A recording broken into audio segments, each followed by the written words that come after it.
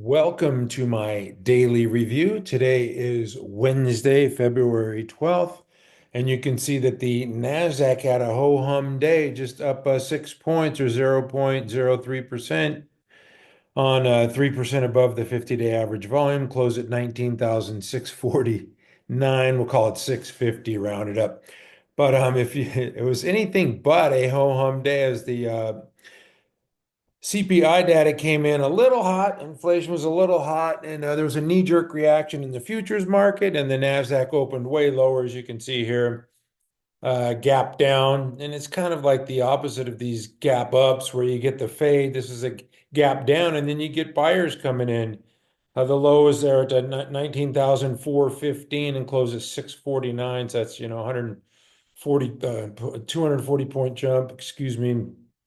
As the day went on, you could see it just started making higher highs, higher lows, buyers coming into the close. So that looks like a pretty productive day as the index uh, keeps making these higher lows. If you look at this, these higher lows and these lower highs. I talked about the divergence yesterday, and now I mean we're looking at all three moving averages bunched right in there at pretty much the same level. 0.1% dividing those three moving averages. So something's got to give, as that Jack Nicholson movie, the title of the movie, Something's Got to Give. Fantastic movie. If you haven't seen it, go watch it. Anyway, I want to point one thing out here on the S&P 500, which is the stronger index. It was down today while the Nasdaq was up, but I just want to point out that bear with me here, the month of January, the low was 57.73, which undercut the low from December 58.32. We think, no big deal. Well, it kind of is because it did this on 2007, 2008, where the low was 1270, which undercut. Let me get closer here. On yeah, there's a low of January of 2008 of 1,270. The low of December was 1,435. You know what happened after that? You can see that. And then in the year of 2001, the December low was 1254, and let me get this straight here, Marty. Help me out here. 99.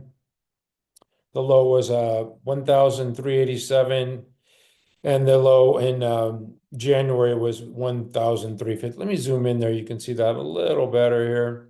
The low in December, 1,387. It undercut that in January of 2000. We know what happened here. This is one of the nastiest bear markets. I'm not saying there's going to be a bear market. I'm just saying that the low in January undercut the low in December, and that usually does not spell for a good year, but just take it with a grain of salt, just pointing it out.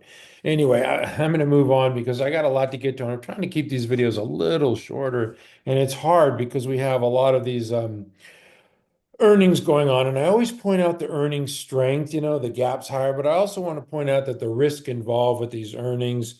This is FLNC, which fell, what did I point out yesterday, like 50% on Tuesday, yeah, for 46%. So yeah, there's a lot of danger out there. And so I just wanted to point this out that it's all these earnings gappers that I point, there's this one is down 20% today, Terra Data. STAA, this is Star Surgical, is down 25%. How would you like to wake up to that in the morning? No, thank you.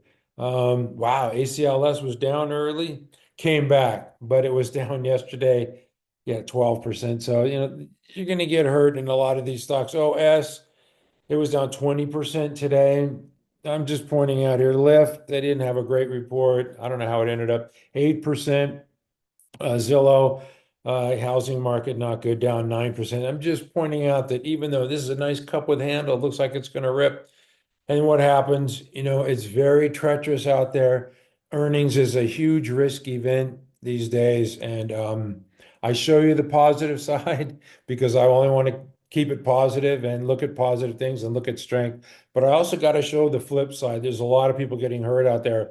So it's critical that we select, proper buy points and stocks that have momentum, that have strength, that institutions are buying. So I am going to point out a couple of earnings winners from last night. This is Upstart, had a nice move higher today. Dash had a fantastic report, closed over 200. I think it's going to have problems there at 200, maybe for a day or two or three or four, but Dash is just, up the last couple of days with volume.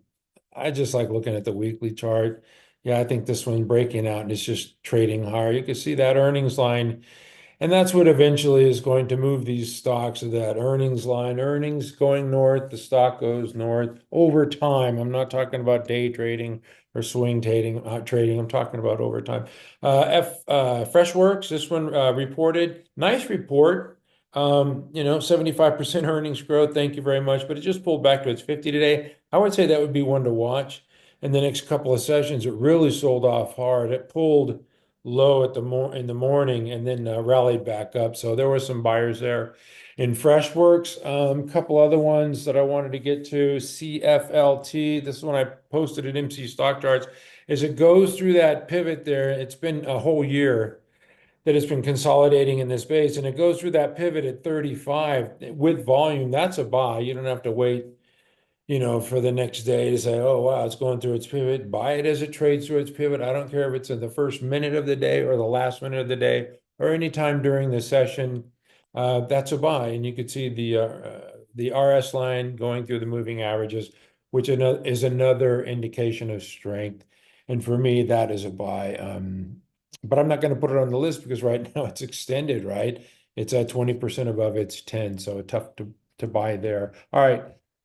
I got to point out, we had A Lab earlier in the week, and these ones that got that whack day on the DeepSeek, I could talk about their broken charts. It doesn't mean they're all going to be broken, but you could see it rallied up to its 50, and the 50 acted as resistance, and now it got rejected today on a pretty strong earnings report, man. Accelerating sales growth, accelerating earnings growth, and the stock still sells off. So if a stock sells off on good news, that's a tell. That's all you need to know. No questions asked, just adios muchachos. Take this off your watch list. It's done for a while. Let it consolidate longer term. All right. Okay. So I'm going to show a couple others in the group because these guys are going to be reporting this. These are looking broken here, but they're not all broken because CLS, had that whack day and rallied back through on earnings. So, like I said, there's no set in stone rules that people just want, oh, I'm going to do this. I'm going to copy this trade every time and it's going to work every time. That doesn't happen in the market. That's a myth. Gilead Sciences, this one nice cup with handle. Earnings move up 7.5% today, and the drug stocks are really having trouble for a variety of reasons, but I don't want to get into that. I'm just going over some of the earnings reports. Welltower, this is a REIT, healthcare REIT. You can see that cup with handle, that pullback, man, nice blast higher. Welltower looks fantastic, and then RDWR. Gosh, come on, Marty. Radware. Yeah. All right. Now that one is at a buy point too, and with volume, but I would wait on that because it's extended. It's 4% above the 10, so let that catch up. But that still looks good to me. Computer network company, and you can see that earnings line heading due north. Trying to break out of that. I would call this all a stage one base instead of those each individual bases. All right. So some solid earnings reports, and I showed you some terrible ones. So I'm trying to be fair and balanced here. So I'm going to go to some other stocks that didn't have earnings. This is OKLO. I've talked about this one a lot because it's got this clear pattern ever since this breakout. It had this pullback about 4 or 5 days in a row. 1, 2, 3, 4. Yeah, 5 days in a row to the 50. And ever since that day, this thing has just been rocking. Okay, it did pull back on that deep 6. So when everything else was pulling back, undercutting their 50 on the whack day, all this thing did was come back just below, it closed just below its 10, 1.6 below its 10, and just been rallying. So it just sells off one day, rallies up, comes back one day, rallies up, comes back one day. Now, last Friday, it got a upgrade and it really ramped hard, 16%. So it sold off 2 days. I was watching this one this morning because I didn't think it would go down 3 days in a row, and it pulled back to its 10 and started bouncing. And so this is one that, honestly, I'd like to day trade this one. I don't want to hold it overnight. It's too hot for me, but I'll trade this intraday. And once I saw it bounce off the 10, I traded this one, yeah, in a trading account. So, yeah, that's a clear pattern. It's not going to last forever, but as long as it's doing that, and supported at the moving average, I'm all in. I'll continue to trade it. I wouldn't do it now. You got to wait till it pulls back once again because it made a 9% move today. So the nuclear stocks, though, are definitely nice trading vehicles. This is a nano nuclear, obviously not as strong as OKLO, but did clear its 21 today. And the other one is SMR, another one that's setting up in a base here. It's a little calmer and tamer. It doesn't have the that high beta move that OKLO does, but those three nuclear names looking pretty darn good. All right, I've got to go. I don't want to do it, but I'm going to do it. I'm going to go to the China stocks, and this one is just ramping, from 80 to 120. Hello, 50% move in a very short period of time. If you're interested in China stocks, that one is just too hot for me. It's got to pull back a little bit, and I just have a terrible time trading um, Chinese stocks. It's not them, it's me. I know that. I put this one on the ready list because it's got this double bottom base, and of course, it pulls back to its 21, not doing a damn thing. As the rest of them are ripping. PDD is doing well, still, below the 200, but they're stronger. The China stocks are showing strength, so I just had to point that out. More strength in the food stocks. This is Sprouts Farmers Market. I had it on the ready list last week. It just got extended, so I pulled it off. But what it did this week is it pulled back to its 10 found support and bounced today. So wow, it's up to 170 now. So the food stocks are doing great. Pilgrim's Pride is another one that's just setting up in a base here. What was it? Walmart made a new high today. This is a Dow Jones component and showing tremendous strength. Costco, yeah, of course, Costco is one of those staples. When I look at stocks for retirement, I look at stocks that are absolute essential stocks. And I'm going off on a tangent here. And I've always caught in Costco, is it essential? No, it's not.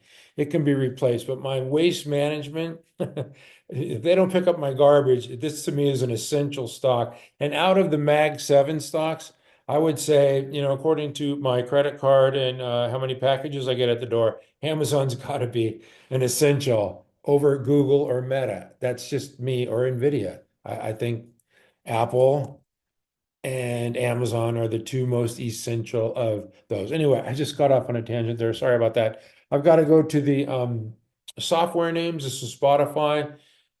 C spot run. It just gapped higher on earnings, formed this little shelf, and now popped today, made a new high. So Spotify is showing incredible strength. CrowdStrike getting extended here. It's making new highs every day. It's really surfing the five. I don't really want to switch back to the five, but since I brought it up, I might as well. It's just trending off its five EMA. So if you're a trend trader, every time it pulls back there, you buy it. And then when it rips up, you sell it, and then you buy it back when it comes back to the five because it's been trending with its five. But now tomorrow we have earnings reports from a couple of a cybersecurity name, so that trend can change, and the trend can change at any time. I'm going to go back to the 10 because in this choppy tape, I'm more comfortable with stocks, at the 10. All right, crowd just super strong stock. I might as well go to Duolingo since I showed you Spotify, and this one bounced off its 10 today as well. It's got that 378.48 buy point, and it pulled right back to that level there today and then popped. So, that gap down, that knee-jerk reaction to inflation data was really a gift this morning. And there was a lot of stocks that had this nice reversal. And so if you took advantage of it, great. If not, tomorrow's another day. I wouldn't worry about it. I was mentioning food stocks. I didn't mention cocoa. This is the cocoa water. And yeah, it's making new highs. So I just got to mention those strengths. All right. And now I got to go to switch got to throw you a change up, throw you a curveball, go to the miners. This is gold, silver, and the gold and silver stocks are killing it. This is IM Gold, IAG, and of course AEM is the leader of the group. Yeah, bounced off the 10 today. That's very strong. SILV, if you're trading silver, you just go to silver, or if you're trading gold, you just type in gold, right? Barrick Gold, that one's a laggard for sure. And then the other one I wanted to point out is MT, which is steel. And this steel name gap higher on earnings, pulled back. It did breach the low of the gap day, 27.39. Yesterday was 27.36, so 3 cents. Whoop-de-doo. And then 6% move today. All right. That's it for me. Thank you for watching, except for at mcstockcharts.com. I have one more thing. Really excited about earnings this week. A lot of the growth stocks that I trade are reporting, and this is Dutch Bros. They reported a fantastic quarter. It was up 83.50 or so after hours, now 79, looks fine. They reported, just a stellar quarter. I'll have more in the morning on this, but the big deal is they're planning on opening, 160 stores this year. They're going through the South, the East Coast, up the Eastern Seaboard, and into New York eventually. And my story, and I'm sticking to it, is once they get to New York, I'm going to sell. But Dutch Bros, obviously, this is a risk event, right? It could have gone the other way. It could have traded down to its 50, but it didn't. It powered higher, and now looks like about $80 on the menu for tomorrow. So Dutch Bros, coffee. It's obviously, I've talked about this for a long, long time. The younger kids are drinking this, and I've got a many stories. Heck, since I got a minute here, I go to Whole Foods, and the people at Whole Foods help me a lot. And that I have a dog, and they give me dog bones. So I give them a gift certificate. So one time I gave them a gift certificate to Starbucks, which is right next door to Whole Foods. So I thought these kids are just going to go to Starbucks. And so I gave it to them, and it's like a $50 gift certificate. And the next time I went in, the lady pulled me aside, and she goes, Marty, it's really nice of you to give me a gift certificate to Starbucks, but we all like Dutch Bros. So they're going, yeah, we like Dutch Bros. They're like yelling at me. So the next time I went in there, I got them $100 gift certificate of a Dutch Bros. I think it was like Christmas time, just a bonus for the people there. And they went through it in like a day. They're going, yeah, you can buy us Dutch Bros anytime. So that kind of clued me into like, and this is a while ago, the prior Christmas, I think. Yeah. Anyway, doesn't matter. The younger kids are gravitating towards Dutch Bros. I have a lot of other stores. There's a lot of Dutch Bros in town here, and one of my the friends owns a local place here. But anyway, I got to move on from Dutch Bros because Cisco Systems. Now, if this was 1999 and Cisco made a report like today, this thing would be rocking. The whole stock market would be rocking and rolling tomorrow. This is a killer quarter, and this is going to buoy the AI group tomorrow. Not only the networkers, but I think the software. Cisco's still, 250 billion market cap, and their artificial intelligence report tonight was fantastic. Like I said, I have more in the morning on Cisco, provide a little bit of color, but yeah, that thing's going to rock tomorrow. Very, very happy to see that. I still have friends that work at Cisco, and they're going to retire when it hits 80, and it's getting closer now. All right. Okay, I guess I'll go to Reddit. I was mixing some of the bad with the good. Reddit, they had good report, all their metrics they beat, they raised guidance, but their daily average users was down sequentially, and you can't have that in a social media.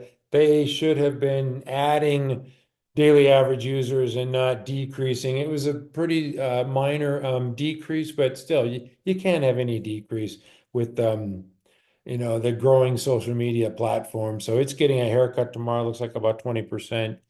Um, yeah, well, 176, where's that going to take us to the 50?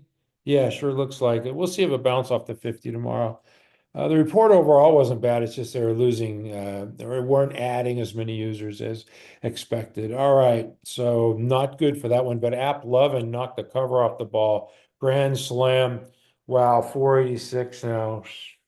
Yeah, this is a breakout from this base. And we've seen, and I talked about this, stocks that make these big runs, they show the ability to make these big runs. And this thing consolidated in a base. They reported now up 28% after hours. Wow, I think that's up more percentage than Bros, right? Bros up 22, App up, yeah. 28. That's going to be a good day for us tomorrow. All right. The trade desk, not so much. Sorry. I'll have more on that tomorrow, but yeah, down 25% haircut. So, yeah, pretty good overall. I think tomorrow, for the AI stocks and the software names, AppLovin's going to carry the day, I think, and Bros maybe for the retail restaurant group. All right. Anyway, tomorrow morning we're going to hear from Datadog, so more software. We're going to hear from CYBR tomorrow. CyberArk. I don't think that's going to really push a crowd around one way or the other, but we got an agriculture name. Deer reporting tomorrow. Crocs, this thing's been murdered. 9 ways this Sunday. Oh my goodness. 88 now. So, I guess you could say that they're expecting pretty bad numbers from Crocs. HWM, we have a Howmet Aerospace defense name reporting tomorrow. And then GE Healthcare is reporting. So we got a healthcare name as well, reporting in the morning. And also tomorrow afternoon's Palo Alto. So if you own CrowdStrike, which I do, this will impact CrowdStrike. Usually when Palo Alto reports, it sells off on good numbers and then rebounds right back. So maybe you can get something like that, like Shop did yesterday. All right, that's it for me. Thank you for watching at mcstockcharts.com. We never give up. Go Dutch Bros.